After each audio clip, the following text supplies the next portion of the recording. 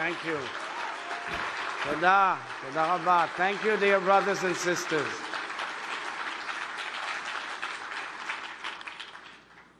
Dear sisters and brothers, I know many of you, so I send you a hug from here, security issues and all.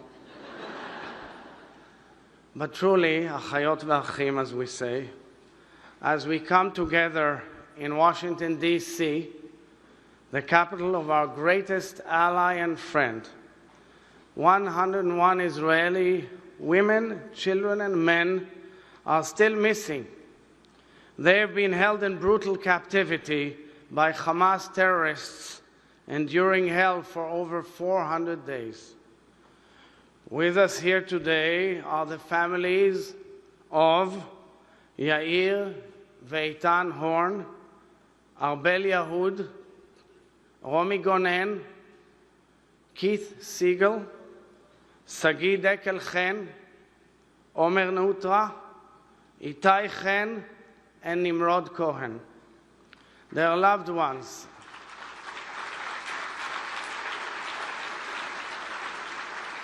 Their loved ones, our loved ones, have been held hostage for over a year. Like you, I pray for them daily. I cling to every update, and I fear for their well-being and safety. As Jews, we know that there is no greater mitzvah than redeeming captives, what we call pidyon shvuim.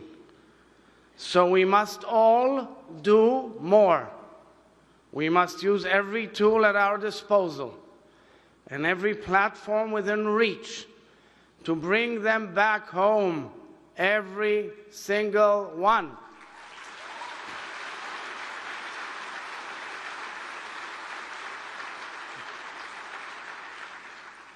Failure to bring back our hostages home will leave our nation hemorrhaging and scarred for generations. It will tear through the delicate fabric of our people. I call on you, American Jewish leaders, keep fighting for our people, keep fighting to bring them home. We must all together fight with every fiber of our being, do whatever we can to bring them home immediately.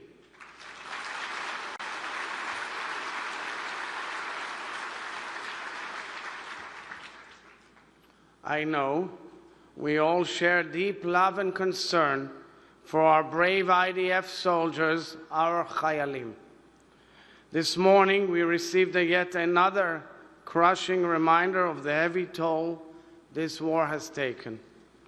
Hundreds of thousands of Israelis chose to leave their homes and families to fight a war we did not want and we did not choose.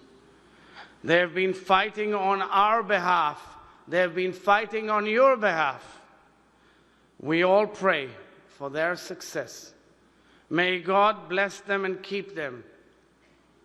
May they all return home safely. And may our wounded soldiers and civilians recover fully in body and soul.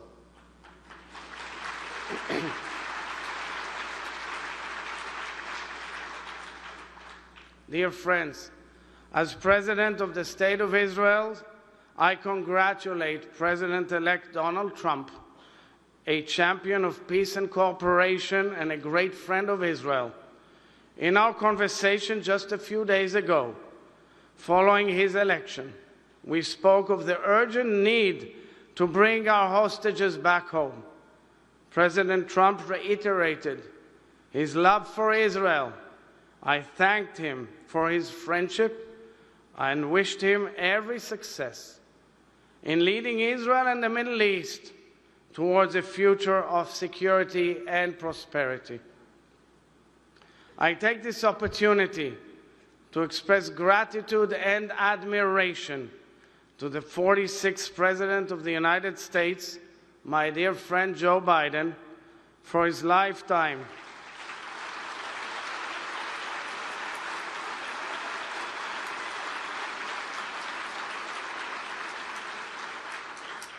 for his lifetime of friendship with Israel and devotion to the Jewish people. The President's steadfast support from the very beginning of the war was a moving display of leadership and kinship that Israel will never forget. I look forward to meeting with President Biden tomorrow and thanking him on behalf of the state and people of Israel for standing by us in our most difficult moment. I also thank Vice President Kamala Harris for actively voicing her solidarity with the Israeli people. Vice President Harris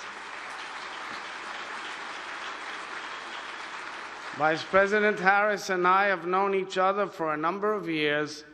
We spoke regularly throughout the war, and I'm grateful for her important voice and our close friendship.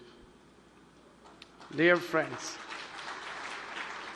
I will skip to the end and say, there is hope. Lo avda tikvatenu. But a year ago, hope seemed to be slipping away.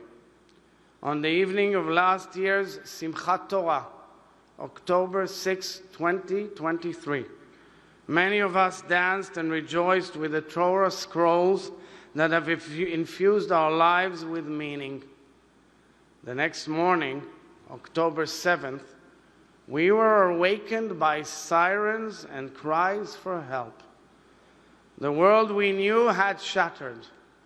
The scope of horror and devastation challenged realities we trusted and raised questions we never imagined our generation would face. In essence, this past year, I saw my people facing a choice.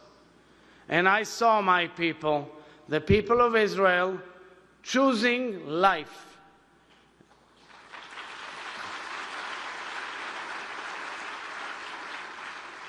So I would like to share with you some of what I saw and experienced since the day our world changed. Virtually every single day since October 7th, my wife Michal and I met with bereaved families, families of hostages, survivors and evacuees. We paid respects to thousands of mourners in Jewish, Muslim, Druze and Christian homes. We met with Nova Festival survivors, many with PTSD, and with children left without family and without a home. We visited almost every hospital in Israel, spoke with thousands of wounded soldiers and civilians in emergency rooms and in rehab. We met with the women and little children who returned from cruel captivity in Gaza. We saw people who lost almost everything a human being can lose: family, love, freedom, security, livelihood, shelter. We met with tens of thousands of Israelis who went through hell.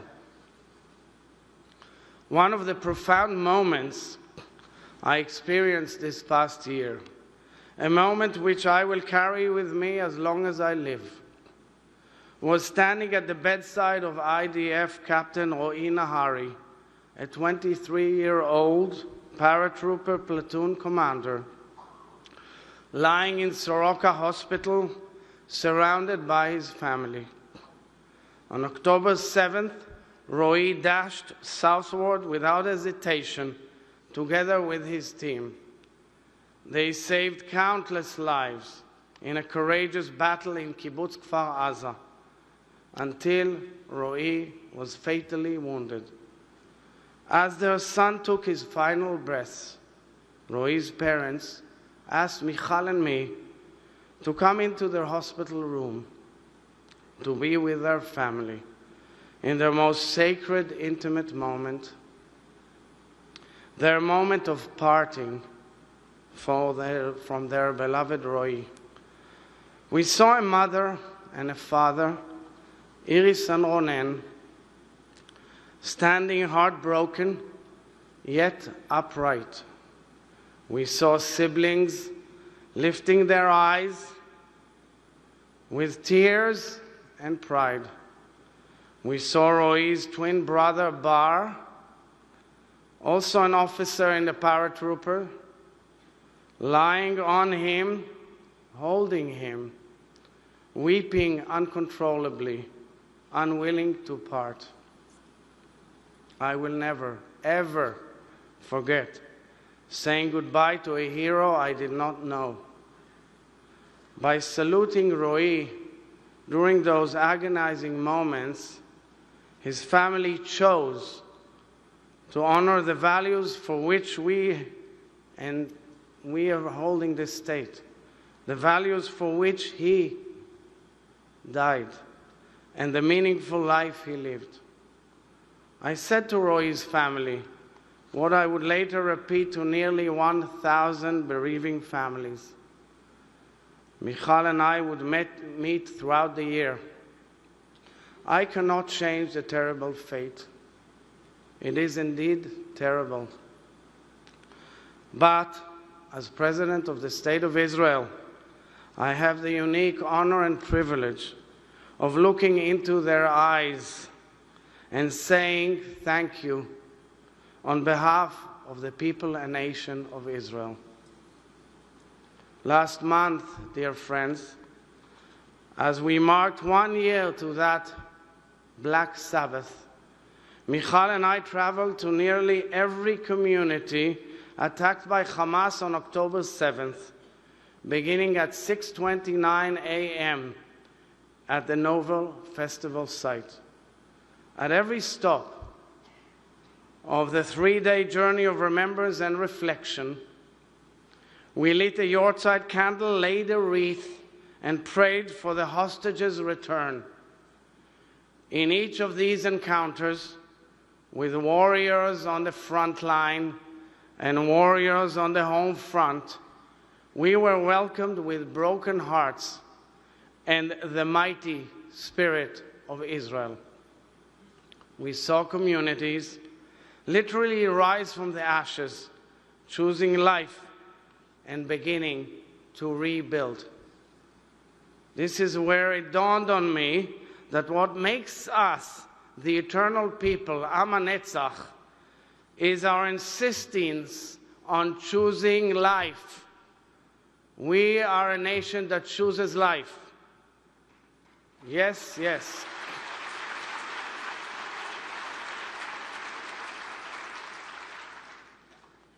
Dear friends, the American Jewish community also made a choice. You chose to mobilize for Israel like a family, with no ifs and buts, instantaneously, no questions asked. You, Federation members and leaders from all across America, chose to come to Israel, to pay Shiva calls, to provide funding, to volunteer. You chose to demonstrate solidarity and bear witness. You chose to show up for us when we needed you most. The warmth and the affection and love expressed by World Jewry gave the Israeli people a lifeline and strength to persevere. This was our finest hour, and this was also your finest hour. We are now seeing the needs in Israel growing, spreading from south to north. Over the past few months, Israel's northern border has been under constant attack, with rockets targeting millions of Israeli citizens, killing civilians and foreign nationals, forcing hundreds of thousands from their homes. Over the past 24 hours, hundreds of rockets were fired from Lebanon into Israel.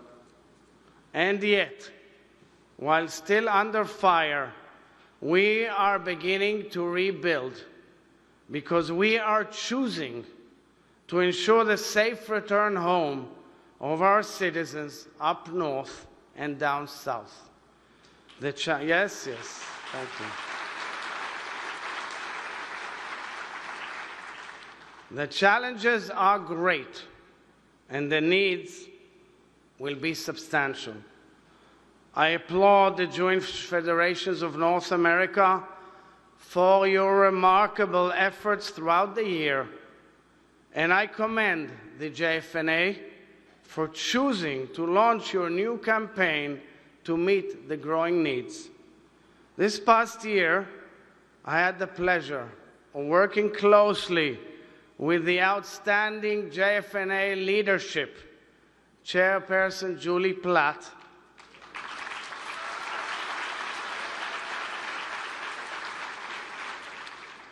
JFNA President Eric Fingerhut,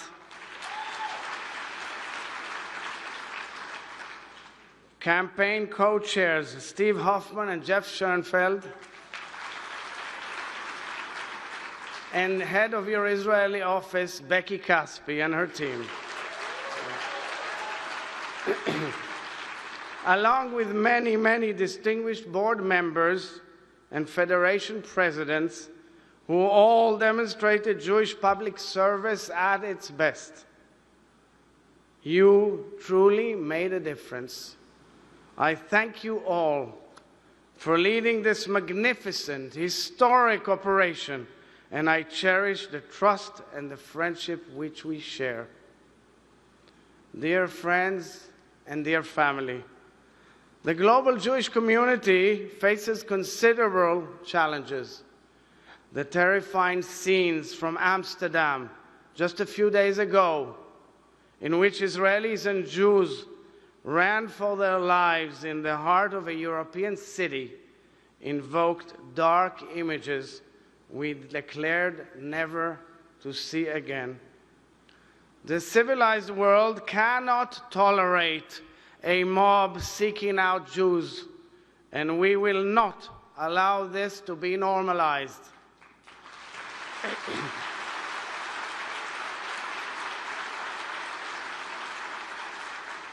Israelis have been following with great concern the startling wave of anti-Semitism, both systematic and instigated, flooding the United States and the Jewish world.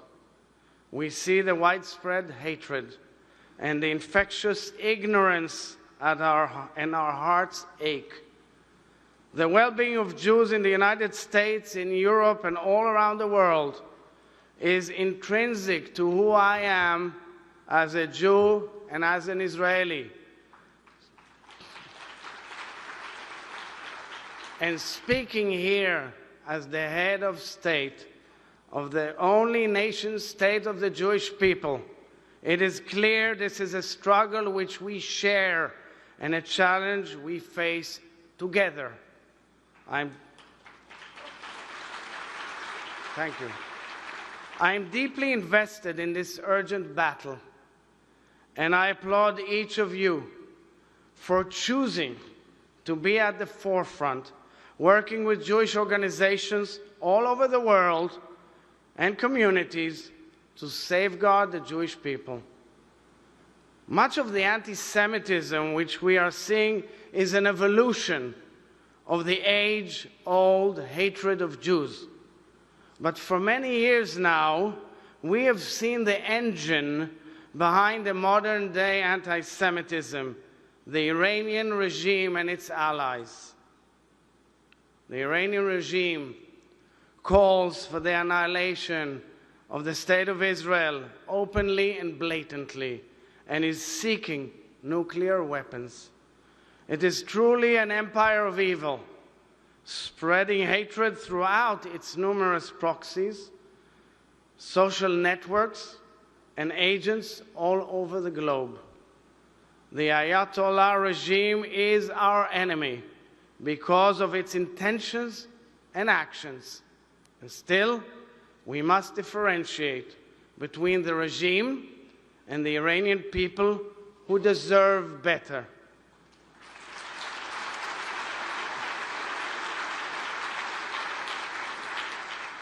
It is clear to me that most Iranians seek the same peace and freedom to which we aspire. I call on the Iranian people, who come from a rich tradition of proud heritage and culture, to choose to rise up and change the direction to which their leaders are dragging them.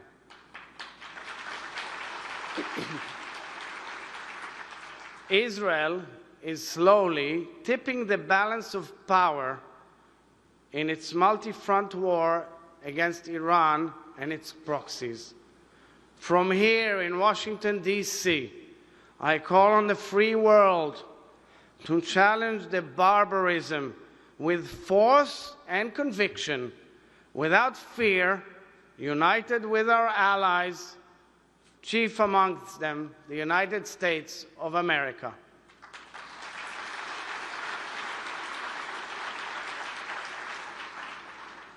Dear sisters and brothers and friends, October 7th was a defining moment in Jewish history, not only because of the massive devastation, but because it reminded Jews what we need.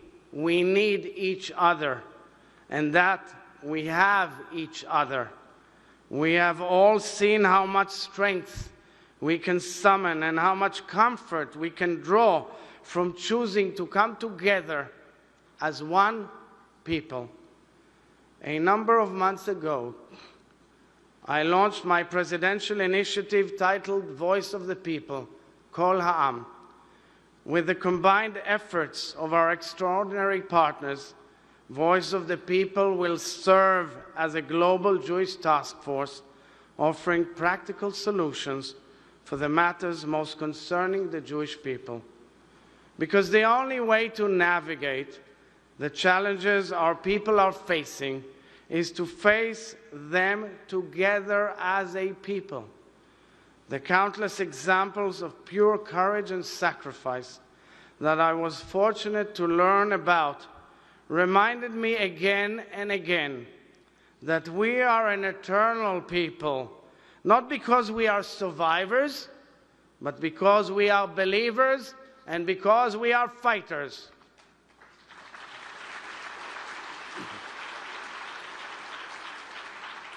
We fight. We fight for our hostages. We fight for our people. We fight for our Jewish values and Jewish identities. We fight for our Jewish souls. We fight for our Jewish communities. We fight for our beloved Jewish democratic state of Israel. We fight for the future of our children.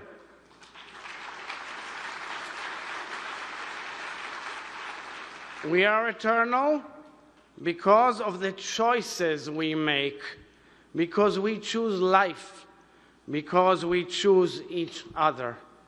Right now, today, we can choose not to be defined by the tragedy that has struck us, but to define ourselves by the resilience with which we emerge from it. Because if we cry together, rally together, mourn together, we can also choose to rebuild together. We are all stakeholders in the Jewish future, and the choice is ours, only ours. A few months ago, dear friends, I had a long, emotional conversation with a grieving mother. She said that choosing life is very, very difficult for her, because it forces her to face the loss every single day. But I told her that Am Yisrael Chai is not a birthright nor a privilege. It is a duty, and it is a choice that we make every moment of every day. Achiotai ve'echai, my dear sisters and brothers, let us choose to rebuild our eternity together. Lo avda tikvateinu means we did not lose any hope. I say to you, we will not lose any hope, and we shall prevail together. Thank you all. Bless you. Chizku v'imtzu.